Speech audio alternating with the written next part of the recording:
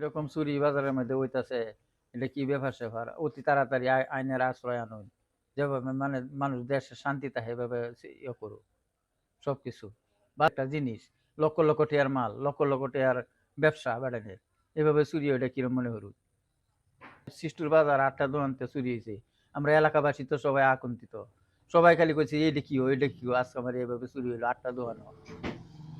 আমরা বিচার চাই, প্রশাসনের কাছে নিরাপত্তা চাই।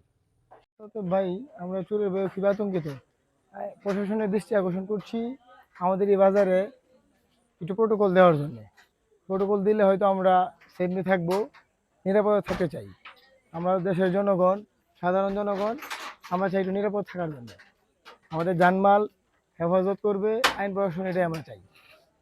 যেগুলো আমি রিপেয়ারিং করতেছি, যা ভাঙছে, পিকনিক করতেছি, এগুলা আমার দোকান থেকে নগদ টাকা নিয়ে গেছে, কিছু মালামাল নিয়ে গেছে। আমাদের এলাকার শিষ্টুর জাহাঙ্গীরপুর বাজারে 8টি দোকান ভেঙে চুরে মালপত্র নিয়ে গিয়েছে। তাই আমরা সরকারের কাছে এটা আকুল মিনতি, আমরা যেন সঠিক বিচার চাই।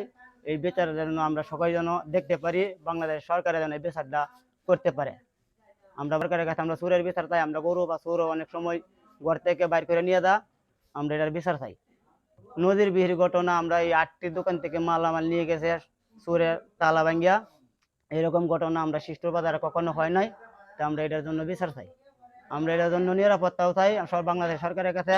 যেহেতু আমরা বাংলাদেশ সরকার আসছে, আমরা নতুন করে যেন আমরা সঠিক বিচার পাই। এমনকি আমরা 4,042 এরকম টাকা নিছি, আর কিছু মালামাল নিছি, এই পর্যন্ত নিছি। ঘটনা বাজারে করতে গেলে কোনো নিরাপত্তা নাই, আমরা আপনার কাছে বিচার চাই।